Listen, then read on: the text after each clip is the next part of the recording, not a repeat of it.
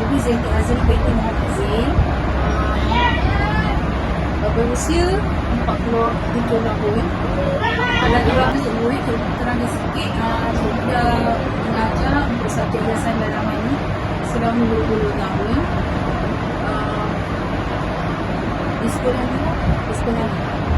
Dulu cikgu memegang ijazah sebagai lulus selektor industri kan. Dan cikgu melanjutkan pelajaran Dr. PI pendidikan ni dalam bidang ni sendiri.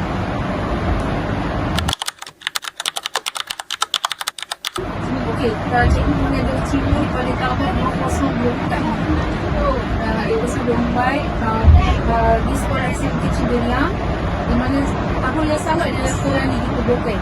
Pengetahuan semua aliran yayasan darah bayi memberi perkenalkan dekat sekolah harian. Sebelum ni tak ada, sebab sekolah ni kan ibu asli. So kerajaan nak bagi asli rumah kan kediaman dia orang kan macam tu. So dia nak perkenalkan subjek ni untuk kaum asli. Utamanya dia memang kita sekolah mengambil banyak ibu asli ni untuk subjek ni untuk mengubah cara hidup dia orang untuk lebih baik. Okey, ada 5 gaya yang cikgu akan terangkan dan perkenalkan dekat murid-murid. Dan memang akan seorang SPM pun akan tanya antara gaya-gaya ni lah. Yang pertama, kita akan ajar konsep moden. Kedua, moden kontemporari. Ketiga, Nusantara ataupun klasik tradisional. Yang keempat, Inggeris. Yang kelima, minimalis. Setiap gaya ni ada perbezaan dia tersendiri. Untuk bagi pengetahuan kepada murid-murid, setiap konsep tu, contohlah macam konsep tradisional tu dia nak melambangkan identiti kita kan. Kalau macam Inggeris tu untuk barat, moden tu lebih moden lah. Setiap tu ada gaya tersendiri yang murid-murid belajar. Memang ada 5 gaya ni. Cikgu lebih menekankan alas sendiri jadi tau. Alas sendiri jadi, lepas tu teknologi lebih kepada alas sekitar lah. Konsep cikgu lepas tu ada juga yang kalau nak moden tu ada juga yang lebih kepada unsur-unsur sains juga tau. Mungkin masukkan dalam masukkan kepada fokus pembelajaran masa ayam. Cabaran ni, mungkin cikgu nak cerita cabaran ni kan. Masa mula cikgu datang kat sekolah ni tahun 2024. Cabaran ni, murid asli ni memang berbeza dari masa sekarang. Bayangkan dah 20 tahun yang lalu.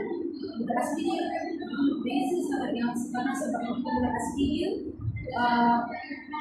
pertama macam cakap sebab dia orang macam kan dia orang dekat dalam kawasan pedalaman. Lepas tu dia orang macam kalau nak buang air besar ke air kecil, dia macam tak beli ruang dalam rumah tau. So bila kita nak murid-murid cikgu dulu ada juga setengah tu dia suka dia tak nak buang kat tandas.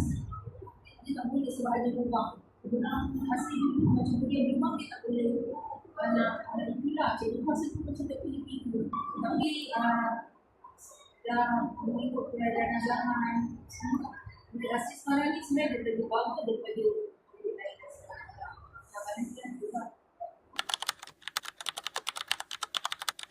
Kejayaan yang ada kejayaan yang ada bermakna.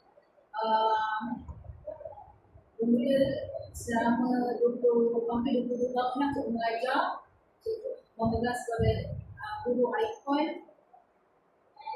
3 tahun berturut-turut guru ikon bidang guru di tingkat daerah. Guru hari guru tingkat daerah pun cikgu ada dapat juga penghargaan lah, guru terbaik mata pelajaran tingkat kebangsaan. Sebab guru ada dah beberapa tahun tu cikgu semua lecture dapat A. Semua yang bukan semua subjek selamat dapat A.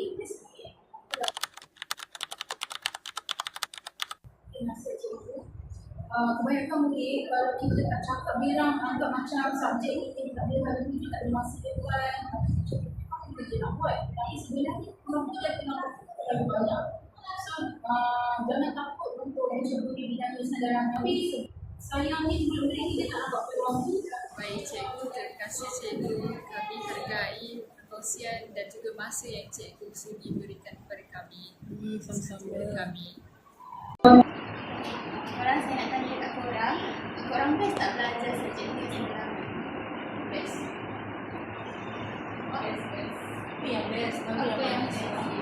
Rasanya rasa dalaman kami belajar rumah apa yang ada dalam dan pelan muhas di semua dan aksesori hiasan Kau pula? Konsep apa yang cikgu dah ajar? Oh, kita ada konsep tradisional, ada nusantara. Kalau nak rumah berkonsep minimalis, kena pilih warna yang sesuai, macam warna putih macam tu.